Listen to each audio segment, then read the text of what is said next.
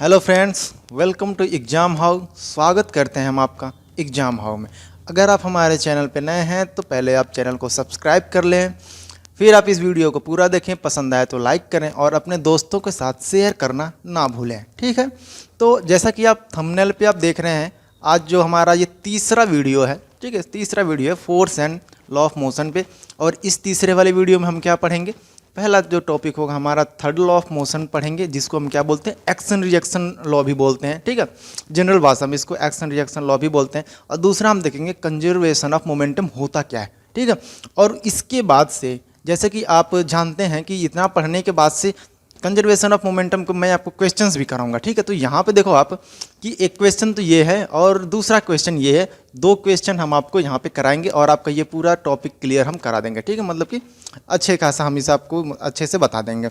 और इसके बाद हम आपका जो एक्सरसाइज वाला जो क्वेश्चन है, इसके बाद वाले वीडियो में हम उसे भी अपलोड कर देंगे, तो आप उसको भी देखना ना भूलें। अगर आपको किसी तरह कोई दिक्कत होती है तो सॉर्ट आउट हो जाएगा, उसमें कोई दिक्कत नहीं है। ठीक है, अगर इसके बाद भी किसी तरह की आप कोई दिक्कत फेस करते हो, कुछ समझ में नहीं आता है या फिर कुछ भी, ठीक है, अब कुछ भी चाहते हो तो आपको क्या करना है, एजुकेशन से रिलेटेड अगर आप कुछ भी चाहते हो, मेरा कहने का मतलब ये था, तो आप क्या करना है कि कमेंट सेक्शन में आप कमेंट करो। ठीक है, और उसके बाद से हम उसके बारे में डिसीजन लेंगे। जो टीम है हमारी, उसके बारे में डिसीजन लेंगे कि हम उसके बारे में क्या कर सकते हैं। अगर आपको कुछ समझ में नहीं आता है तो हम आपके लिए कोई अलग सा एक वीडियो बना देंगे, ताकि आपको उस पर्टिकुलर टॉपिक पे, ठीक है, आपको समझ में आ जाए। तो स्टार्ट करते हैं। तो जैसा कि आप देख रहे हैं यहाँ पे थर्ड लॉ ऑफ मोशन को हम सबसे पहले स्टार्ट करेंगे। तो यहाँ पे एक स्टेटमेंट है और हर स्टेटमेंट को पढ़ने से पहले या फिर बताने से पहले मैं आपको इसको स्टेटमेंट को समझाने की पहले कोशिश करता हूँ। ठीक है, तो इसको भी हम क्या करते हैं ना, पहले समझेंगे, उसके बाद से हम स्टेटमेंट देखेंगे और स्टेटमेंट में क्या है वो पहले हम समझ लेते हैं। तो देखो, जो थर्ड लॉ ऑफ मोशन है वो क्या कहता है? थर्ड लॉ ऑफ मोशन ये कहता है कि देखो भैया, कोई भी सिंपल सा मैं बताता हूँ कि अगर आप अपने एक गाल पे थप्पड़ मारते हो तो आप फील करो कि आपके गाल पे भी चोट लगती है और उसके साथ साथ आपके हाथ में भी चोट लगता है, दोनों में चोट लगता है। ठीक है ना, तो यही है एक्शन रिएक्शन लॉ या फिर थर्ड लॉ। ठीक है, देखो कैसे समझते हैं। कोई भी एक बॉल ले लो आप, ठीक है, कोई भी बॉल ले लेते हैं, ठीक है, कोई सा भी एक बॉल ले लो और ये बॉल क्या करो आप कि इसको फेंक दो किसी भी दीवार पे। आप दे मारो इसको, ऐसे दीवार को तोड़ना नहीं है, दीवार को, ठीक है, आप इस पर फेंको। फेंकने के बाद क्या होना, बॉल वापस आ जाती है। ऐसा आपने देखा होगा। बॉल वापस क्यों आती है? क्योंकि भैया दीवार जो है ना, ये भी फोर्स लगाती है। कितना लगाती है? जितना आपने यहाँ पे फोर्स लगाएगी ना, ये जो बॉल है, जितना ये फोर्स दीवार पे लगाएगी, ठीक है, जैसे कि ये दीवार है, मान लो कि उसने कोई फोर्स यहाँ पे दीवार पे लगाया, तो दीवार क्या करेगी ना, दीवार को तगड़ा गुस्सा आएगा, इसने तुरंत उतना ही जितना फोर्स दीवार पे लगेगा ये आपको वापस कर देगी कि भैया तुम ले लो, इतना तुमने फोर्स लगाया था। ठीक है, तो यही एक्शन रिएक्शन का लॉ है या फिर यही है थर्ड लॉ ऑफ मोशन, जिसको क्या करना है कि हमें समझना है अभी। ठीक है ना, तो समझेंगे हम इसको। दूसरा, अभी तो ये पहला एग्जाम्पल रहा जिसको हमने समझा। ठीक है, एक और एग्जाम्पल है कि जैसे कि आपने देखा होगा कि जो लोग बंदूक चलाते हैं, ठीक है, या फिर गन शूट करते हैं या फिर कुछ भी ऐसी तरीके की हरकत करते हैं, तो आप देखोगे कि मान लो कि ये गन है, ठीक है ना, ये गन है, इस तरीके से होता तो नहीं है बट फिर भी हम एक डायग्राम ऐसे है, ठीक है, ये गन है। गन से क्या होती है ना, गोली निकलती है, इसे छू ऐसे करके गोली निकलेगी। ठीक है, गोली जैसे ही निकलती है ना, गन भी पीछे की तरफ आ जाती है, पीछे की तरफ ना धक्का लगाती है। क्यों धक्का लगाती है? यही तो नियम है, यही तो पढ़ना है हमें। अब जितना फोर्स इसके बुलेट के द्वारा जनरेट होगा ना, ठीक है, जितना फोर्स जनरेट होगा उतना ही फोर्स ये बैकवर्ड डायरेक्शन में लगाएगी। तो जो भी लोग, आप कभी भी देखना, जब लोग गन चलाते हैं ना, जो बड़ी बड़ी वाली बंदूकें होती हैं, वो क्या करते हैं ना, उसको कंधे के पास लगा दे ताकि उनको चोट ना लगे। ठीक है, अगर आप ऐसा करो कि अगर आप कोई बड़ी सी बंदूक लिए हो और उसके बाद नाक के पास ऐसे लगा दो उसको, उसके बाद आप जो फायर करोगे, तो मैं दावे के साथ कह सकता हूँ कि जो न्यूटन का नियम है वो फॉलो करेगा और आपकी नाक टूट जाएगी। ठीक है ना, तो आपकी नाक क्या होगी, टूट जाएगी। तो इस तरीके से भी आप समझ सकते हो कि एक्शन रिएक्शन लॉ या फिर थर्ड लॉ ऑफ मोशन को इससे समझ सकते हो। तो जो थर्ड लॉ ऑफ मोशन है, सिंपल से सिंपल बात यही है, वो यही कहता है कि आप अगर किसी चीज़ को धक्का लगाते हो तो वो चीज़ आपको वापस धक्का लगाती है। ठीक है, तो ये नियम है। जैसे कि आप अगर यहाँ पे अगर हम एक ब्लॉक रख देते हैं, इस तरीके से एक ब्लॉक रखते हैं, ठीक है ना, और इसको क्या करते हैं, हम धक्का लगाते हैं। मान लो ये ब्लॉक ए है और यहाँ पे एक ब्लॉक बी है, ठीक है, एक ब्लॉक क्या है, बी है, और ये दोनों क्या है कि टेबल पे ऐसे रखा हुआ है, ऐसे टेबल पे रखा हुआ है। तो इसको आप रहने दो यहीं पे, इसको आपको किसी तरीके से ना छेड़ने की ज़रूरत नहीं है, इसको आप क्या करो ऐसे ही रहने दो, इससे हमें कोई मतलब नहीं, अभी इसको ऐसे रहने दो। और ये वाला जो ब्लॉक आप देख रखे हो ना, इसको क्या करना है, हमें धक्का लगाना। जैसे आप धक्का लगाओगे तो ये इसके पास जाएगा और इससे क्या होगा ना कि स्ट्राइक करेगा इस तरीके से, ठीक है। अब यहाँ पे जब आ जाएगा तो इस तरीके से क्या होगा कि स्ट्राइक करेगा। स्ट्राइक करने के बाद से क्या होगा कि जितना धक्का आप ए बी पे लगाएगा ना, तो बी क्या करेगा ना, बी भी ए पे धक्का लगाएगा, इक्वल अमाउंट में लगाएगा, इक्वल अमाउंट में लगाएगा, ठीक है। जैसे कि अगर ए लगा रहा है फोर्स बी पे, ठीक है, अगर ए फोर्स लगा रहा है बी पे, तो बी क्या करेगा ना, बी भी फोर्स उतना ही लगाएगा ए पे, अपोजिट डायरेक्शन में। तो उसको देखो माइनस ऐसे लिख देते हैं, अभी आप समझो कि होता क्या है, ठीक है, एक्शन रिएक्शन लॉ होता क्या, अभी आप ये समझो। तो आप जैसे देख रहे हो कि यहाँ पे ए क्या कर रहा है कि बी पे धक्का लगा रहा है, बी ए पे धक्का लगा रहा है, तो ये इनका यही चलता रहता है। तो यही है आपका थर्ड लॉ ऑफ मोशन, ठीक है, थर्ड लॉ ऑफ मोशन यही होता है आपका थर्ड लॉ ऑफ मोशन, बस यही है, ये बस यही खत्म है और कुछ नहीं है। एक्शन रिएक्शन है। अगर आपको जैसे लिखना है एग्जाम में तो आप कुछ भी बना कर इस तरीके से कहानी लिख सकते हो कि कोई भी एक ब्लॉक लेते हैं उसको, या फिर कोई बॉल लेते हैं, धक्का लगाते हैं, तो वो क्या करता है वापस जिस चीज़ से टकराता है उससे दीवार पे वापस वो धक्का लगाता है। तो इस तरीके से हम ये कह सकते हैं कि दीवार बॉल पे धक्का लगा रही है, बॉल दीवार पे धक्का लगा रही है, वो दोनों क्या इक्वल अमाउंट में फोर्स होते हैं, बट डायरेक्शन अपोजिट होता है। अब यहाँ पे देखो जो मैंने एरो बना रखा है, ठीक है, मैं कलर चेंज करता हूँ थोड़ा एरो को, ताकि आपको कन्फ्यूजन क्रिएट ना हो, ठीक है ना। तो बी इस डायरेक्शन में धक्का लगाएगा, ठीक है। अगर आपने इसको पॉजिटिव लिया है, ठीक है ना, अगर आप इसको पॉजिटिव, जैसे अगर आप कोऑर्डिनेट सिस्टम पढ़े होगे तो ये y होता है, ये x होता है, और इस डायरेक्शन में आप चलते जाते हो तो x क्या होता है, पॉजिटिव होता है, और इस डायरेक्शन में आप आते हो तो x क्या होता है, नेगेटिव होता है। तो सिमिलर थिंग पे हम ऐसे ही समझेंगे कि वो ये जो a है, a क्या कर रहा है ना कि x के पॉजिटिव एक्सिस पे धक्का लगा रहा है ऐसे इस डायरेक्शन में, x प्लस डायरेक्शन में, तो ये पॉजिटिव है, और b क्या कर रहा है, इसके उल्टा धक्का लगा रहा है, इस वजह से हम क्या करते हैं यहाँ पे माइनस लगाते हैं। सिंपल सी चीज़ है, समझने में आपको कोई दिक्कत नहीं होनी चाहिए, ठीक है। एक बार मैं फिर से बताता हूँ और एक अदर एग्जांपल लेता हूँ। जैसे कि आप कभी कोई ऐसा गेम खेलते होगे ना जिसमें एक दूसरे को आप धक्का लगाते हो, ठीक है, गेम खेलते होगे घर पे या फिर कहीं भी पार्क वगैरह में, तो जब आप देखोगे ना, आप जैसे धक्का लगाओगे तो ऐसा नहीं है कि आप किसी को धक्का लगा रहे हो तो आप वहीं खड़े रह जाओगे और दूसरा वाला गिर जाता है, ऐसा कभी नहीं होता है, ठीक है। आप जैसे ही अपने फ्रेंड को धक्का लगाओगे ना, तो फ्रेंड कुछ करे ना करें लेकिन वो धक्का वापस आप पे भी उतना ही लग जाएगा। यही नियम है थर्ड लॉ ऑफ मोशन का, ठीक है ना। एक तो ये हुआ। दूसरा एक और एग्जांपल लेके समझते हैं, ठीक है, एक और एग्जांपल लेते हैं। जैसे कि यहाँ पे एक जैसे तालाब बना देते हैं, कैसे तालाब बना देते हैं, ठीक है।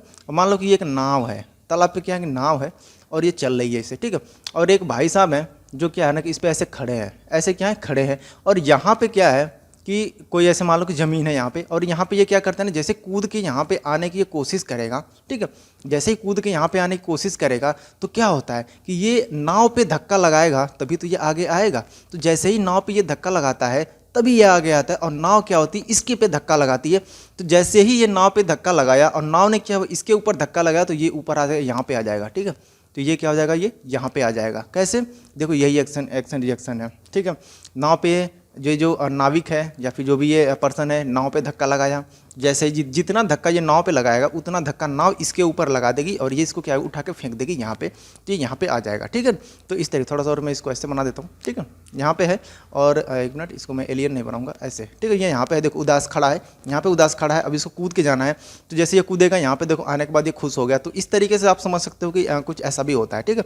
तो और कुछ नहीं है, जनरल सा ये फिनोमेना है कि एक्शन रिएक्शन है, मतलब कि जितना एक्शन होता है उसके अपोजिट डायरेक्शन में एक रिएक्शन भी होता है, ठीक है ना। जैसे एक चीज़ हम थोड़ा सा और आप लेवल को हाई करते हैं और समझने की कोशिश करें। जैसे कि एक टेबल है, ठीक है, टेबल पे एक ब्लॉक ऐसे रखा हुआ है, या फिर कि 1 kg का ब्लॉक है, ठीक है, कितना है 1 kg का ब्लॉक है, ठीक है ना। और 1 kg का नहीं, फोर्स की हम बात करें, चलो 1 न्यूटन कर लो। 1 न्यूटन तो मालूम है ना क्या है, फोर्स, यार इतना फोर्स पढ़ा दिया। जो फोर्स होता है ना, फोर्स, तो फोर्स का जो यूनिट होता है वो क्या होता है ना कि न्यूटन होता है। और न्यूटन ये वो जो साइंटिस्ट हैं उनके ही नाम पे रखा गया, ठीक है, उन्हीं के नाम पे इसको रखा गया। न्यूटन, फोर्स की यूनिट क्या होती है, न्यूटन। तो 1 न्यूटन का फोर्स है या फिर 1 यूनिट का जो फोर्स है वो क्या है ना कि देखो डाउनवर्ड डायरेक्शन में लगेगा। क्यों, क्योंकि इसका वेट है वो, ठीक है, इसका वेट है। अगर ये डाउनवर्ड डायरेक्शन में है ना तो टेबल भी इसको ऊपर की तरफ एक धक्का लगाएगी। मान लो कि अगर ये टेबल ऊपर की तरफ धक्का अगर नहीं लगाई तो ये जो 1 न्यूटन का जो तुमने ये जो ब्लॉक रखा है ना, ये टेबल को तोड़ते हुए नीचे आ जाएगा। समझ गए, टेबल को तोड़ते हुए नीचे आ जाएगा। अब कैसे आ जाएगा इसको भी समझते हैं। पहले क्या करना कि टेबल है ना, टेबल पे क्या करना कि एक होल कर देना, ठीक है, टेबल पे क्या करना, होल कर देना, और यहाँ पे एक ना पतली सी वो जो आप क्या कहते हैं पॉलीथीन लगा देना, यहाँ पे पतली सी क्या करना ना, पॉलीथीन लगा देना, ठीक है, यहाँ पे एक पतली सी पॉलीथीन लगा देना। और उसके बाद से ना जो 1 kg का जो तुम्हारे पास एक वो होगा ना, वेट होगा 1 kg का, उसको ना सीधे ये रख देना, मतलब फेंकना नहीं, इसको धीरे से रखना। जैसे ही तुम देखो धीरे से इसको रखोगे ना, ये पॉलीथीन को तोड़ते हुए सीधा ज़मीन पे आ जाएगा, ठीक है। क्यों? क्योंकि इसके जो पॉलीथीन है ना, इसके इतना फोर्स वो लगा ही नहीं पाई कि ये इसको रोक सके, इसलिए क्या पॉलीथीन टूट जाती है, ठीक है। पॉलीथीन इसके ऊपर तो धक्का लगा नहीं पाई उतना, तो उतना ही लगाना होता है, लेकिन पॉलीथीन नहीं लगाई तो टूट गया। अगर यही आप लकड़ी के टेबल पे ऐसे रख देते हो, ठीक है, तो क्या होता है कि इसका वेट नीचे की तरफ आता है, तो और ये जो लकड़ी का टेबल है वो भी क्या होता है इसके तरफ उतना ही इक्वल अमाउंट में रखता है, ठीक है ना। तो ये चीज़ है, थोड़ा सा इसे समझना है, ठीक है। अब चलो आगे हम थोड़ा सा बात करते हैं उसके बारे में, और अच्छे से हम पढ़ेंगे इसके बारे में, ठीक है। तो कंजर्वेशन ऑफ मोमेंटम, इसको समझो, क्योंकि इसी में हम क्या करेंगे, आपको वो जो एक्शन रिएक्शन नियम हम आपको समझा रहे थे उसका इसमें इस्तेमाल है, ठीक है। कंजर्वेशन ऑफ मोमेंटम क्या कहता है कि मोमेंटम के बारे में देखो हमने तो पढ़ा ही था, ठीक है, इसके जो पिछले वाला जो वीडियो था मोमेंटम के बारे में हमने पढ़ा था। तो याद करो आप जो मोमेंटम के बारे में मैंने बताया था आपको, ठीक, कैसे बताया था, एक बार रिवीजन कर लेते हैं उसका, ठीक है। मोमेंटम के बारे में यहाँ पे मैंने आपको बता रखा था।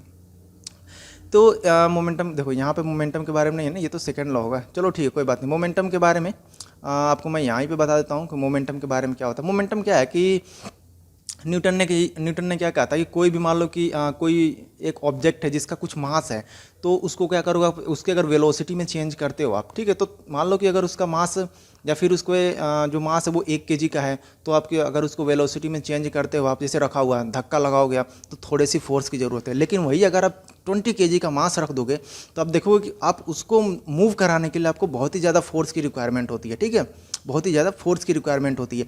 तो न्यूटन ने ये कहा था कि देखो जो हम फोर्स की जो रिक्वायरमेंट होती है वो क्या है कि मास पे भी डिपेंड कर रहा है और वेलोसिटी पे भी डिपेंड कर रहा है, ठीक है, मास पे भी डिपेंड कर रहा है और वेलोसिटी पे भी डिपेंड कर रहा है। और इसी नई चीज़ को इन्होंने बोला था कि ये मोमेंटम है, इसी चीज़ को क्या बोला था, मोमेंटम है, ठीक है। तो अब ये जो हम आज पढ़ने वाले हैं ये कंजर्वेशन ऑफ मोमेंटम है, ठीक है। मोमेंटम तो आप समझ गए ना, अब थोड़ा सा मैंने इसको बता दिया। अगर आपने पीछे का कोई वीडियो अगर आपने देखा नहीं है तो आप उसको पहले देख लें मोमेंटम वगैरह, ताकि समझ में आ जाए आपको किस तरीके से मोमेंटम होता है, ठीक है ना। तो ये है जो टॉपिक है कंजर्वेशन ऑफ मोमेंटम है, ये कहता है कि अगर कोई भी बॉडी है, जैसे कोई भी हमने एक बॉडी ले लिया, कोई एक बॉल ले लेते हैं, ठीक है ना, जैसे ये तो फर्श हो गया आपका, अब घर का ये फर्श है, और यहाँ पे ना कोई एक बॉडी ले लो, जैसे कि ए है, ठीक है, और यहाँ पे एक बॉडी है, बी है, या फिर ऑब्जेक्ट है, ए है और बी है, ठीक है। इनको क्या करो, दोनों को धक्का दो, दोनों को, ठीक है, दोनों को, एक को थोड़ा सा तेजी दो, एक को थोड़ा सा धीरे दो। अब देखोगे कि ये दोनों क्या है ना, एक दूसरे से टकरा जाएंगे, यहाँ पे ऐसे ऐसे करके एक दूसरे से क्या करेंगे, ये टकरा जाएंगे इस तरीके से, ठीक है ना। ये हो गया ए, ये है बी। टकराने के बाद ना ये अलग अलग वेलोसिटी से मूव करेंगे, ठीक है। यहाँ पे ऐसे मैंने बता दी, एक ए यहाँ पे मूव कर गया और बी मान लो यहाँ पे चला गया, ठीक है। तो ये क्या करेंगे, अलग अलग वेलोसिटी से मूव करेंगे। तो जो ये वाली जो कंडीशन है इसको हम क्या बोलते, इसको हम एक स्पेसिफिक नाम से जानते हैं, ठीक है। इसको हम बोलते हैं कि स्टेट बिफोर कोलिजन। इसको क्या बोलते हैं, स्टेट बिफोर कोलिजन। और इस वाले स्टेट को हम क्या कहते हैं कि इसको बोलते हैं स्टेट आफ्टर द कोलिजन। इसको क्या बोलते हैं, ऐसा, ठीक है, ये होता है ना कोलिजन। तो एक मिनट थोड़ा सा मैं अच्छे से ले दूँ, तो ये हो गया आपका स्टेट आफ्टर द कोलिजन। और यहाँ पे देखो कोलिजन हो रहा है, ठीक है, यहाँ पे क्या हो रहा है, कोलिजन हो रहा है, मतलब वो दूसरे से टकरा रहे हैं। तो कंजर्वेशन ऑफ मोमेंटम ये कहता है कि दोनों जो ये जो ए है और दोनों बी है, इन दोनों ऑब्जेक्ट का यहाँ पे जो मोमेंटम होगा, ठीक है, यहाँ पे जो मोमेंटम होगा, इनका ये नियम ये कहता है कि यहाँ का जो मोमेंटम होगा इस दोनों ऑब्जेक्ट के मोमेंटम के क्या होगा, बराबर होगा। मतलब कि before the momentum before the collision, ठीक है, ये नियम ये कहता है कि मोमेंटम बिफोर द कोलिजन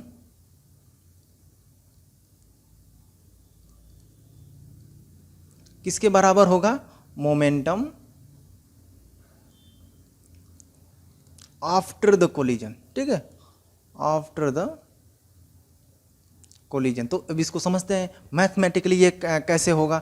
तो देखो मैथमेटिकली हम क्या करते हैं ना, इसको प्रूफ करने के लिए हम पहले क्या मान लेते हैं, कुछ मानना पड़ेगा। जैसे मैंने आपको पहले ही बताया, अगर आप मैथ पढ़ते हो, फिजिक्स पढ़ते हो, आपको मानना है, एक मानना है, तो यहीं पे हम भी मानते हैं। क्या मानते हैं, इसको मान लेते हैं कि जो ए है ना, ए है, इसकी जो वेलोसिटी है वो कितना है, यू ए है। इनिशियल वेलोसिटी कितनी है, यू ए है, और बी की इनिशियल वेलोसिटी कितनी है, बी है, यू बी। ठीक है, इनिशियल वेलोसिटी है।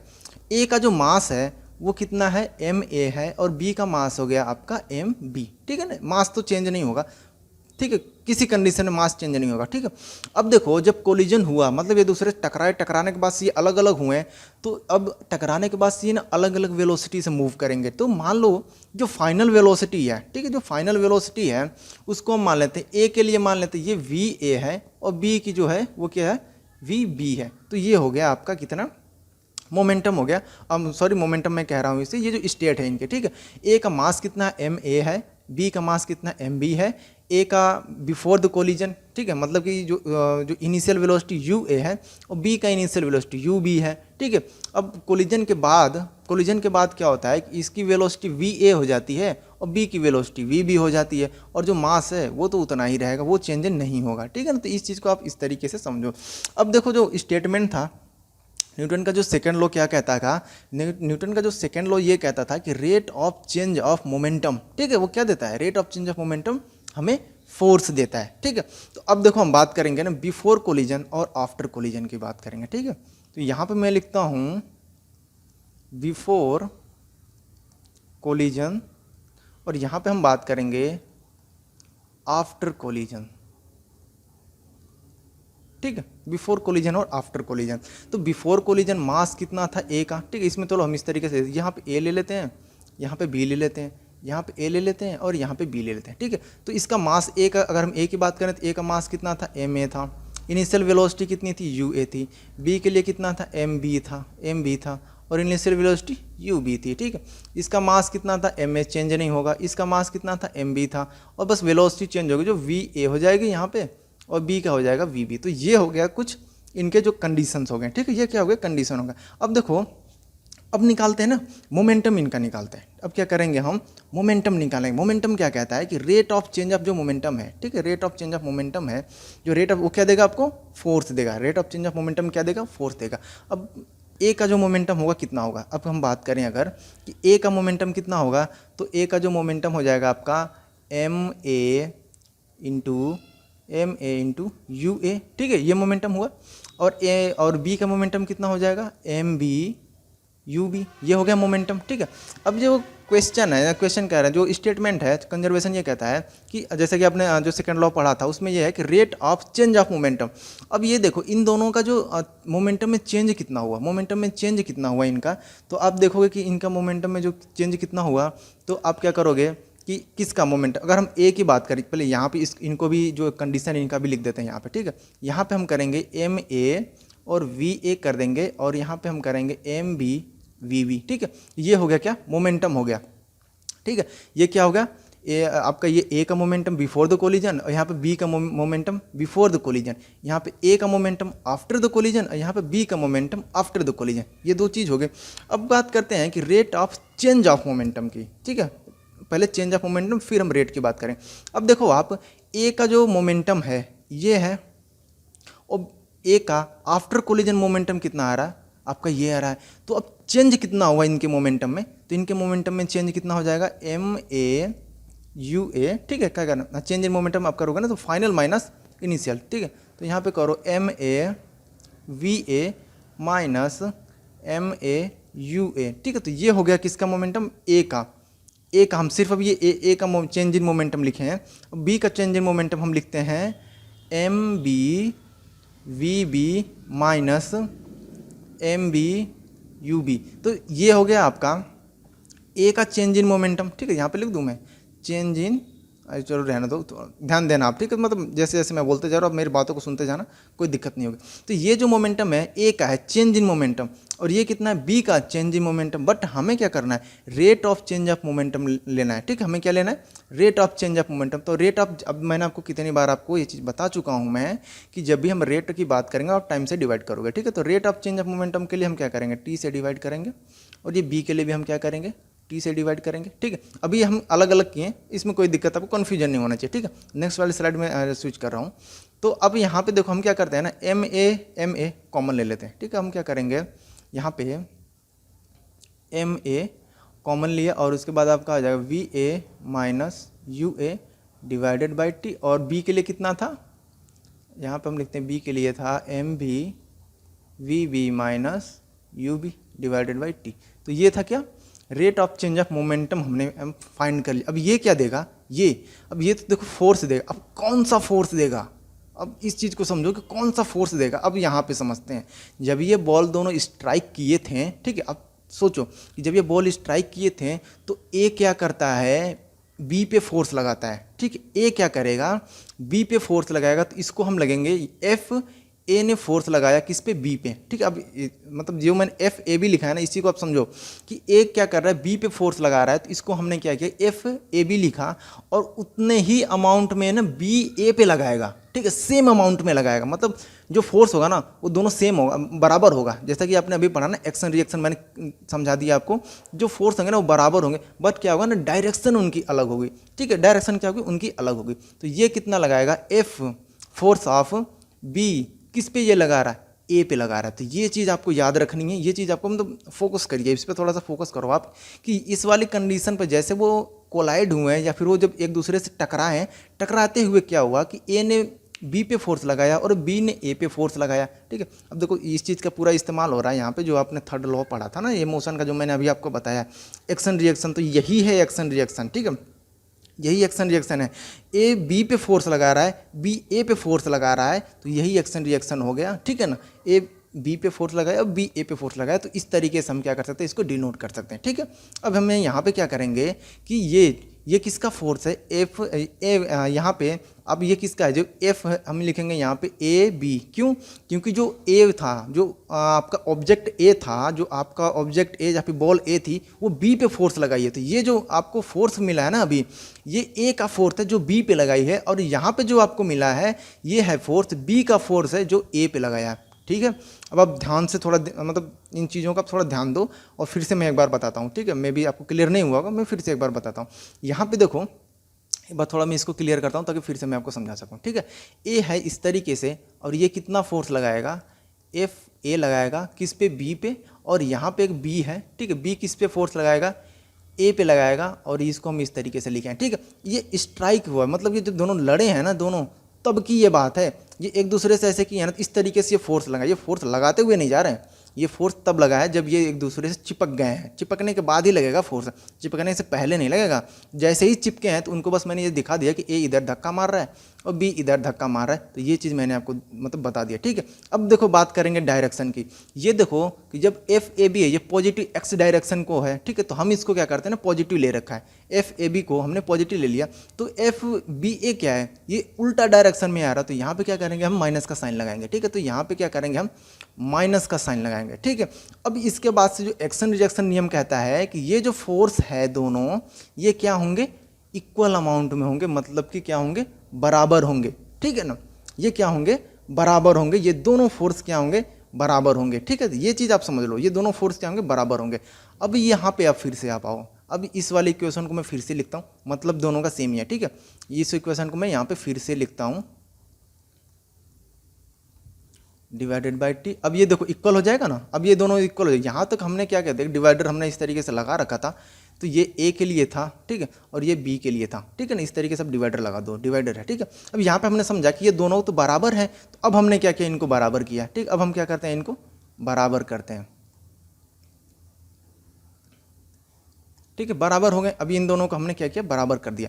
अब इसमें देखो कॉमन क्या है, कॉमन इसमें सिर्फ एक ही चीज़ है, टी है, तो ये क्या हो जाएगा, टी अब बराबर है तो ये कैंसल आउट हो जाएंगे, ठीक है ना। ये क्या होंगे, ये कैंसल आउट हो जाएंगे। अब बचा क्या हमारे पास, देखो बचा क्या हमारे पास, अब हमारे पास बचा है M A V A minus U A equal to M B V B minus U B. तो ये बचा है हमारे पास।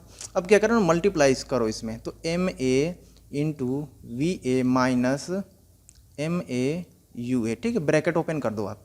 तो यहाँ पे हो जाएगा M B V B minus M B U B, ठीक है ना। इस तरीके से आप कर सकते हो। देखो अभी ये जो जिस तरीके से मैं ये बता रहा हूँ, सिर्फ और सिर्फ आपको समझाने के लिए मैं बता रहा हूँ, ठीक है।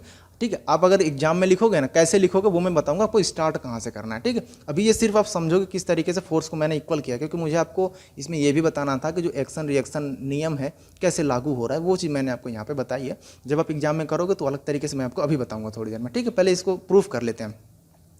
तो अब देखो इस तरीके से ये चीज़ हो गया। अब हम क्या करें, यहाँ पे देखो आप कि ए का ना ये फाइनल है, फाइनल मोमेंटम है, ठीक है, और ये ए का इनिशियल मोमेंटम है, ठीक है। ये ए का फाइनल मोमेंटम है, ये ए का इनिशियल मोमेंटम, ये बी का फाइनल मोमेंटम है, और यहाँ पे जो है आपका ये बी का इनिशियल मोमेंटम है। अब आप देखो इस पूरे स्टेटमेंट में, ठीक है, ये जो पूरा स्टेटमेंट है, यहाँ पे एक चीज़ आप मिस कर रहे हो, क्या कि यहाँ पे जो आप माइनस वाला साइन देख रहे हो ना, वो आपको यहाँ पे लगाना ही लगाना है, आपको ये भूलना नहीं है। आप हमेशा ध्यान रखना, ये जो फोर्स है ना उल्टा आ रहा है, तो यहाँ पे आप माइनस लगाओ। अब जैसे ही आप यहाँ पे माइनस लगाओ तो ये माइनस हो जाएगा और ये भाई साहब प्लस हो जाएंगे, ठीक है। तो ये चीज़ आपको ध्यान रखनी है, इसीलिए मैंने इसको छोड़ रखा था, ताकि गलती करोगे तो सीखोगे ही सीखोगे। तो ये चीज़ें हैं जो मैंने इसी वजह से माइनस वाले साइन को मैंने स्किप किया था, ठीक है। तो ये चीज़ आपको कतई नहीं भूलनी है, ठीक है ना। थोड़ा सा मैं इसको सेपरेट कर देता हूँ ताकि आपको समझ में आ जाए, माइनस लगा हुआ, ठीक है ना।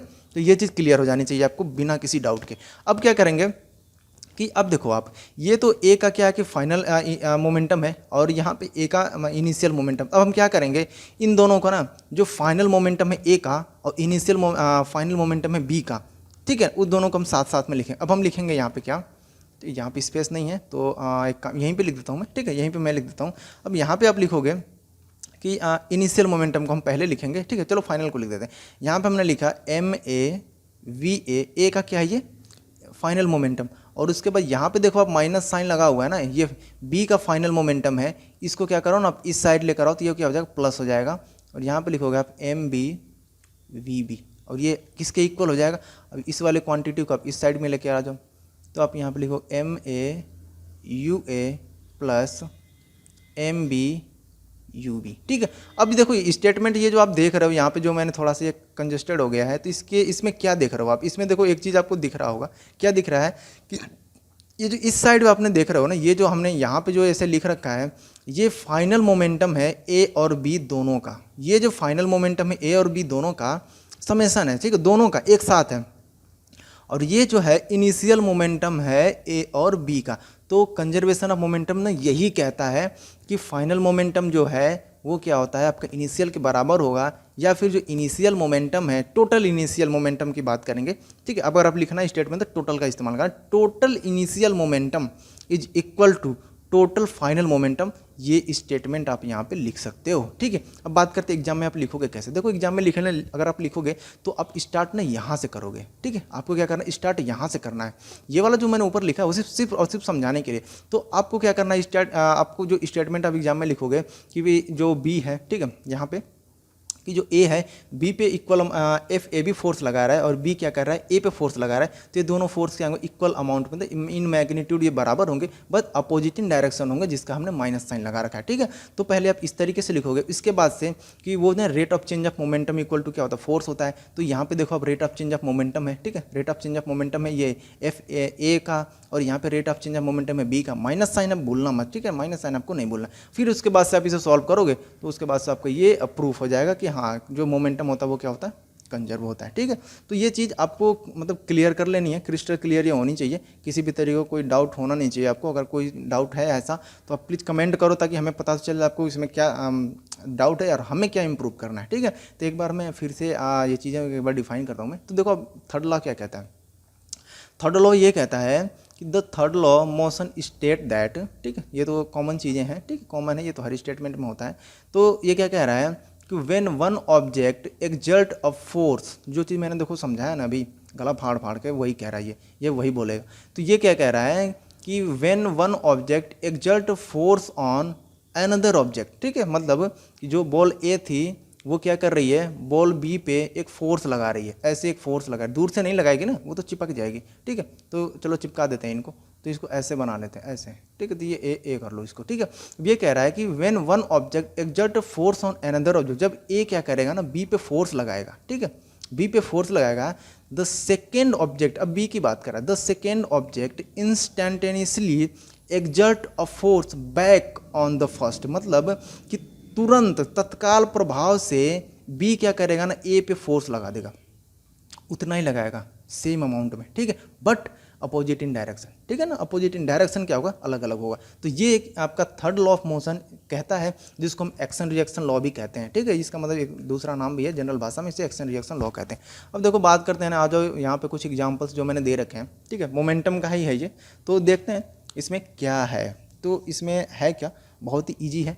तो पहले देखो यहाँ पे जो लिखा हुआ है, जो क्वेश्चन है, क्वेश्चन ये क्या कह रहा है, क्वेश्चन को पहले अच्छे से रीड करो और जो डेटा है वो लिखो। तो इसमें क्या है ना, अ बुलेट ऑफ मास 20 ग्राम, ठीक है, a bullet of mass 20 gram is horizontal fired with a velocity 150 metre per second, ठीक है, मीटर पर सेकेंड है यहाँ पे, from a pistol of mass 2 kg, ठीक है। तो पहले हम बात करेंगे ना, बुलेट की बात करते हैं, बुलेट की। तो बुलेट के लिए देखो क्या क्या दे रखा है, बुलेट के लिए क्या दे रखा है, तो मास ऑफ बुलेट लिख लो, ठीक है, मास ऑफ बुलेट को हम लिखते हैं MB इक्वल टू, ये कितना दे रखा है, 20 ग्राम दे रखा है, और आप इसको 1000 से जब आप डिवाइड कर दोगे ना, तो ये आपका हो जाएगा केजी में। क्यों केजी में, क्योंकि यहाँ पे देखो 2 kg लिखा है, या तो आप दोनों को केजी में कर दो या दोनों को ग्राम में कर दो, तो बात बराबर है, ठीक है। ये बुलेट के लिए। अब फिर ये क्या कह रहा है कि फायर हो रही है, तो कितने वेलोसिटी से, ठीक है, बुलेट की वेलोसिटी कितनी है, ये आप देखो। तो इनिशियली जब बुलेट, जो इनिशियल मतलब जो पिस्टल में बुलेट रहेगी ना, तो कोई वेलोसिटी नहीं रहेगी, तो वहाँ पे आप देखोगे कि इनिशियल, यहाँ पे लिखते यू बी मैं लिखता हूँ, ठीक है, तो यू बी आप देखोगे तो इनिशियल वेलोसिटी उसकी 0 होगी, ठीक है। अब बात करते हैं पिस्टल के लिए, अब बात करते हैं पिस्टल के लिए। तो पिस्टल का क्या है कि इसने मास दे रखा है, तो पिस्टल का मास कितना है, 2 kg है, ठीक है, और पिस्टल का भी जो इनिशियल वेलोसिटी होगा, ठीक है, वो कितना होगा, 0 होगा। इनिशियल वेलोसिटी क्या होगा, पिस्टल का भी 0 ही होगा, ठीक है, इनिशियल वेलोसिटी। अब ये चीज़ कॉमन देखो कि जब बुलेट फायर हुई नहीं थी, तो फिर क्या क्या चीज़ें थी, जब बुलेट फायर नहीं हुई थी, ठीक है, तो क्या था कि पिस्टल है, ठीक है, यहाँ पे लिख लेते हैं पिस्टल, और उसके बाद पिस्टल में क्या थी, बुलेट थी, ठीक है, पिस्टल में ही क्या थी, बुलेट थी। तो आप एक डब्बा ऐसे बना लो कि पिस्टल और बुलेट, इस मतलब कि क्या होगा, जब फायर करने से पहले वाली ये कंडीशन, फायर करने के बाद क्या होता है कि पिस्टल से बुलेट अलग हो जाती है, ठीक है। अब ये पिस्टल अलग है और आपका जो बुलेट है वो क्या है ना भाई, वो अलग है, पिस्टल और बुलेट अब अलग अलग हो गई हैं, ठीक है। पहले क्या था कि आप एक अकेले डब्बे में थी, मतलब दोनों एक साथ थी, काफ़ी भाईचारा था, फायर हुआ, अब फायर होने के बाद से पिस्टल अलग हो गई, बुलेट पिस्टल से बाहर निकल गई, तो दोनों अलग अलग हो गया, ठीक है। तो अब क्या करेंगे हम, इसमें हमें करना क्या है कि मोमेंटम निकालना है। मोमेंटम कैसे निकालना है कि पहले तो आप इन दोनों का मोमेंटम निकालोगे जब दोनों साथ में थे, ठीक है ना, पहले अब मोमेंटम निकालोगे जब दोनों साथ में थे। तो जब दोनों साथ में थे तो दोनों का मास कितना हो जाएगा, पहले ये देखो, ठीक है। जो मोमेंटम हमने क्या बताया था आपको, यहाँ पे आप देखो इनिशियल मोमेंटम था वो किसके, फाइनल के बराबर था, ठीक है। तो यहाँ पे हम क्या करेंगे, इनिशियल मोमेंटम और फाइनल मोमेंटम की जब हम बात करेंगे तो आप देखोगे कि यहाँ पे जो पिस्टल का मास है प्लस मास ऑफ बुलेट, ठीक है, मास ऑफ बुलेट ऐसे कर लेते हैं, मास ऑफ बुलेट, इन दोनों को आप एक साथ लिख, क्योंकि एक साथ हैं ये। और अब देखो ना, दोनों की वेलोसिटी जब एक साथ थे तो दोनों की वेलोसिटी क्या थी, 0 थी, दोनों की वेलोसिटी क्या थी, 0 थी। इसको हम करेंगे 0 से मल्टीप्लाई कर देंगे। अब ये किसके बराबर हो जाएगा, ठीक है, ये किसके बराबर हो जाएगा, ये पिस्टल, ठीक है। अब पिस्टल और बुलेट दोनों ना अलग अलग हो गई हैं। अब ये ना मास ऑफ पिस्टल, ठीक है, और वेलोसिटी ऑफ पिस्टल, अब कुछ तो वेलोसिटी होगी ना पिस्टल की जब बुलेट बाहर निकली है तो, ठीक है, प्लस कर देंगे, ठीक है, प्लस करेंगे मास ऑफ बुलेट इनटू, ठीक है, प्लस करेंगे मास ऑफ बुलेट इनटू, इसको मैंने कैपिटल बी से दिखा रखा, वेलोसिटी ऑफ बुलेट। तो ये चीज़ आपको देखनी है, mass of bullet into velocity of bullet. अब यहाँ पे जब देखोगे आप, यहाँ पे 150 जो दे रखा है ना, 150 जो आपने यहाँ पे देख रखे हो, तो ये क्या है ना कि फायर करने के बाद ही इसको ये वेलोसिटी मिलेगी, ठीक है, फायर करने के बाद ही वेलोसिटी मिलेगी। तो जो फाइनल वेलोसिटी होगी फायर करने के बाद वो कितना हो जाएगा आपका, 150 मीटर पर सेकेंड हो जाएगा, ठीक है। ये क्या, 150 मीटर पर सेकेंड हो जाएगा। या फिर देखो आप पर सेकेंड को आप इस तरीके से भी लिख सकते हो, या फिर आप मीटर पर सेकेंड इसको आप ऐसे भी लिख सकते हो, ठीक है। तो ऐसे मतलब कुछ भी लिख लो, आपको अगर जो समझ में आता वो दोनों में से कोई भी आप इस्तेमाल कर लो, ठीक है ना। तो ये हो गया। अब क्या करेंगे, मास ऑफ पिस्टल अब देखो कितना है, मास ऑफ पिस्टल अब देखोगे यहाँ पे 2 kg है और मास ऑफ बुलेट कितना है 0.02 है। ठीक है, तो इस चीज़ को थोड़ा सा ध्यान में देना। यूनिट क्या आपको, मास ऑफ पिस्टल कितना है 2 kg है, बुलेट का मास कितना है 0.02 है। अब इन दोनों को जोड़ के आप 0 से मल्टीप्लाई कर दो। ठीक है, अब यहाँ पे मास ऑफ पिस्टल कितना है 2 kg है, वेलोसिटी ऑफ पिस्टल हमें क्या करना, फाइंड करना है। मास ऑफ बुलेट कितना है 0.02 है और वेलोसिटी कितनी है उसकी 150 मीटर पर सेकेंड है। तो ये आपका जो दे रखा है वो मैंने आपको क्या क्या पुट कर दिया। और ये कितना हो जाएगा 0 किसके बराबर हो जाएगा, इसके बराबर 2p। ठीक है, vp प्लस जब आप इसका मल्टीप्लाई करोगे तो ये कितना आ जाएगा, ये आपका आ जाएगा 3 आ जाएगा। कितना आ जाएगा, हाँ ये आपका आ जाएगा 3 आ जाएगा। हाँ सही है, ठीक है, हाँ 3 आ जाएगा। ठीक है ना, आप थोड़ा मल्टीप्लाई कर लो, इसमें 3 आ जाएगा, कोई दिक्कत नहीं है। ठीक है, अब Vp इक्वल टू कितना हो जाएगा, Vp इक्वल टू हो जाएगा, 3 को इधर लाओगे तो -3 हो जाएगा, फिर 2 से आप इसको डिवाइड कर दो, इतना आ जाएगा मीटर प्रति सेकंड। आप इस तरीके से लिख सकते हो मीटर प्रति सेकंड, ऐसे कर लो। ठीक है, मीटर पर सेकंड, या फिर आप ऐसे लिख सकते हो मीटर प्रति सेकंड, ऐसे कर सकते हो। ठीक है, तो ये आपका जो फाइनल होगा ना आंसर होगा। अब देखो, अब आप सोच रहे होगे ना कि ये माइनस क्या है यार, माइनस क्यों आ गया। तो माइनस क्या है कि माइनस ये बताता है कि जो पिस्टल की वेलोसिटी की जो डायरेक्शन है, ठीक है, माइनस साइन डायरेक्शन बता रहा है। ध्यान से सुनना कि जो पिस्टल की वेलोसिटी की जो डायरेक्शन है वो बुलेट की वेलोसिटी के जो डायरेक्शन से अपोजिट है, उल्टा डायरेक्शन में। मतलब क्या हुआ, इससे कहने का देखो मतलब ये है कि ये आपका पिस्टल है और अगर बुलेट इधर जा रही है तो पिस्टल इधर जाएगा। ठीक है ना, जैसे कि मैंने आपको बताया था ना कि वो कंधे पर रखे लगाते हैं तभी फायर करते हैं ताकि चोट ना लगे। ठीक है, तो ये कहने धक्का लगता है पीछे की तरफ, तो ये वही कहने का उसका मतलब है। ठीक है, वेलोसिटी के इस डायरेक्शन में होगी, इस डायरेक्शन में बुलेट की वेलोसिटी होगी। तो ये पहला क्वेश्चन रहा जिसको हमने बहुत ही सक्सेसफुली इसको सॉल्व कर लिया। ठीक है, जो देखो दूसरा जो क्वेश्चन है ये थोड़ा सा बड़ा लग रहा है, बढ़िया है नहीं। ठीक है, पहले क्या है ना, पढ़ते हैं इसको। ये लिखा हुआ है यहाँ पे a girl of mass 40 kg। ठीक है, तो पहले देखते हैं गर्ल, तो गर्ल की हम बात कर लेते हैं। ठीक है, गर्ल, अब इसके बारे में लिखेंगे। मास कितना दिया है, mg कर लो, मास ऑफ गर्ल 40 kg दे रखा है। ठीक है, 40 kg दे रखा। Jump with horizontal velocity of 5 metre per second. ठीक है, अब ये क्या कर रही है ना कि ये जो जंप कर रही है कितने की वेलोसिटी से, 5 मीटर पर सेकेंड से, on a stationary cart with frictionless wheel. ठीक है, अब थोड़ा सा व्हील ये फ्रिक्शनलेस है, कुछ कानून है इसके। ठीक है, मैं अभी आपको थोड़ी देर में बताता हूँ क्या होता है। ये क्या कर, लड़की क्या कर रही है ना, 40 kg की है और ये क्या कर रही है, जंप कर रही है। किस पे जंप कर रही है, एक कार्ट कोई है जो रखा हुआ है। ठीक है, कार्ट, अब यहाँ पे कार्ट की भी हम बात करते हैं, कार्ट आ गया तो इसकी बात करते हैं, कार्ट की भी हम बात करें। ठीक, अब गर्ल जैसे पहले तो कूदेगी ना तो उसकी कुछ ना कुछ देखो वेलोसिटी होगी, तो गर्ल की वेलोसिटी हम यूजी कर लेते हैं और ये हो जाएगा 5 मीटर प्रति सेकंड। ठीक है, तो ये हो गया गर्ल की वेलोसिटी। ठीक है, इनिशियल वेलोसिटी, गर्ल की इनिशियल वेलोसिटी मतलब कि कार्ट पे कूदने से पहले, कार्ट पे मतलब जाने से पहले की वेलोसिटी है इसकी। अब कार्ट की बात करते हैं। The mass of cart is 3 kg। ठीक है, तो मास ऑफ कार्ट mc लिख लेते हैं और ये हो जाएगा आपका 3 kg। ठीक है ना, what is her velocity as the cart start moving. अब ये कह रहा है कि जैसे लड़की कार्ट पे, अब देखो जैसे कि मैंने एक लड़की यहाँ पे वैसे बना देते हैं। ठीक है, इस तरीके से, और यहाँ पे एक कार्ट हो गई। ठीक है, यहाँ पे क्या है, एक कार्ट है जिससे क्या है फ्रिक्शन लेस व्हील है। तो ये क्या है ना कि लड़की पहले इस पे ना कूदेगी, कितनी वेलोसिटी है 5 मीटर प्रति सेकेंड का, और मास इसका कितना दिया हुआ है। तो जैसे ही इस पर कूदेगी ना, कूदने के बाद से क्या होगा कि ये जो कार्ट है, ठीक है, थोड़ा सा मैं अच्छे से डायग्राम बनाता हूँ। ये जो कार्ट पे ना, अब लड़की क्या है ना खड़ी हो जाएगी, कार्ट पे क्या होगी, ये लड़की खड़ी हो जाएगी इस तरीके से, और फिर क्या होगा ना, कार्ट स्टार्ट हो जाएगा मूव करना। ठीक है, अब यहाँ पे देखो, अब जब लड़की कार्ट पे आ गई, ठीक है, तो जो फाइनल वाला मोमेंटम होगा ना, अभी दोनों का साथ में होगा। क्यों, क्योंकि पहले तो दोनों अलग अलग थे। तो अब निकालते हैं पहले इनिशियल मोमेंटम। ठीक है, इनिशियल कार्ट कैसा था, अब देखो इनिशियल क्या था, mass of cart is 3 kg, what is her velocity as the cart start moving, assume that there is no external unbalanced force working in the horizontal direction, और कोई फोर्स काम ही नहीं कर रहा है। ठीक है, तो इनिशियली क्या था ना, कार्ट रुका हुआ था, तो यूसी कितना हो जाएगा, 0 हो जाएगा। ठीक है, इनिशियली क्या था, कार्ट रुका हुआ था ना, लड़की कूदने के बाद से कार्ट आगे बढ़ेगा, तो उससे पहले तो 0 ही था ना। ठीक है, अब देखो कि अब क्या करता है ना कि ये जो लड़की जब कूद रही है और ये कार्ट क्या है कि रुका हुआ है, तो पहले इन दोनों का ना एक साथ मोमेंटम निकालते हैं। ठीक है, ये क्या, लड़की कूदने से पहले हम क्या करते हैं, मोमेंटम निकालते हैं। ठीक है, लड़की कूदने से पहले का मोमेंटम कितना हो जाएगा कि आप लिखो यहाँ पे मास ऑफ गर्ल। ठीक है, यहाँ पे ऐसे लिख देते हैं कि मास ऑफ गर्ल इंटू क्या होता है, वेलोसिटी ऑफ गर्ल प्लस। ठीक है, प्लस किसका, अब कार्ट की बात करेंगे। कार्ट क्या, दोनों लड़की और कार्ट अलग अलग है ना, तो अब इनको क्या अलग अलग हमें निकालना पड़ेगा। ठीक है, तो अब यहाँ पे लिखेंगे मास of cart into velocity of initial velocity of cart, ठीक है, ये करेंगे हम। इसको किसके इक्वल कर देंगे, इसको हम इक्वल कैसे करेंगे, कब करेंगे, ठीक है। अब देखो ये आपके फाइनली क्या होना, लड़की इस पे कूद गई है, मतलब कि आपकी कार्ट पे आ गई है। जब कार्ट पे आ गई है तो अब हम क्या कर रहे हैं, इन दोनों का जो मास होगा अब एक साथ होगा। अब ये दोनों क्या एक साथ मूव करेंगे इस तरीके से, ठीक है। तो अब हम इनका जो निकालेंगे ना मोमेंटम, वो एक साथ निकालेंगे। एक साथ कहने का मतलब ये है ना कि दोनों का मास पहले ऐड कर दो, उसके बाद से हम क्या करेंगे, ये मूव करेंगे, ठीक है। ऐसा तो नहीं है कि लड़की अलग मूव कर रही है और कार्ट अलग मूव कर रहा है, दोनों साथ में कर रहे हैं मूव।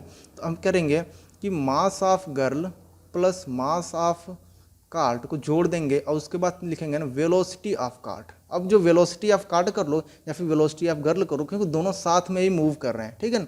तो दोनों का ये दोनों साथ में जो मूव करेंगे ना उनकी वेलोसिटी ये होगी, ठीक है ना। मास ऑफ गर्ल कितना है 40 kg है, और जो इनिशियल वेलोसिटी कितना है 5 मीटर पर सेकेंड है, प्लस मास ऑफ कार्ट कितना है आपका 3 kg है, और कार्ट का जो इनिशियल वेलोसिटी क्या है यहाँ पे देखो आप, ठीक है, ये देखो आप यहाँ पे, तो 40 × 5 कर लो, 3 × 0 कर लो, तो ये हो गया 3 × 0 इक्वल टू कितना हो जाएगा कि मास of girl plus mass of cart into velocity of cart या फिर वेलोसिटी ऑफ गर्ल, दोनों साथ में मूव करेंगे। ये बार बार मैं आपको बता रहा हूँ, ठीक है। अब जो इन दोनों को क्या करना है कि सॉल्व करना, तो ये जो तो 0 हो जाएगा, ये कितना हो जाएगा आपका 200 हो जाएगा, इक्वल टू कितना हो जाएगा, ये 43 हो जाएगा इंटू VC हो जाएगा, ठीक है। VC इक्वल टू कितना हो जाएगा 200 डिवाइडेड बाई 43 हो जाएगा। और जब आप इसको सॉल्व करोगे तो आपको मिल जाएगा 4.65 मीटर पर सेकेंड। तो ये आपकी वेलोसिटी ऑफ कार्ट हो जाएगी जब लड़की उस पर कूद जाएगी, ठीक है। कूदने के बाद से ये कितने का मूव करेगा 4.65 मीटर पर सेकेंड से ये क्या होगा मूव करेगा, ठीक है। तो आपको ये न्यूमेरिकल में भी आपको समझ में आ जाना चाहिए। अगर कोई भी किसी तरीके का आपको कन्फ्यूजन है तो आप कमेंट सेक्शन में कमेंट कर सकते हैं, ठीक है। आपको पूरी आज़ादी है। और आपको अगर ये वीडियो पसंद आए तो आप इसे लाइक कर लेना और शेयर सब्सक्राइब करना आप ना भूलना। अगर आपने ये पहली बार अगर इस चैनल को विजिट कर रहे हो तो, ठीक है। तो शेयर सब्सक्राइब करना आपको कुछ नहीं भूलना नहीं है, ठीक है। और अगर आप वीडियो पसंद आया हो तो आप लाइक कर लेना। और वीडियो में कुछ भी तरीके का कुछ आपको अगर लगता है कि समझ में नहीं आया तो कमेंट सेक्शन है, आप उसमें कमेंट कर सकते हैं, ठीक है। आपकी पूरी आज़ादी है, आप कमेंट कर सकते हैं, ठीक है। तो आज के लिए बस इतना ही रहने देते हैं, मिलते हैं जो अगला वीडियो होगा उसमें मिलते हैं, ठीक है।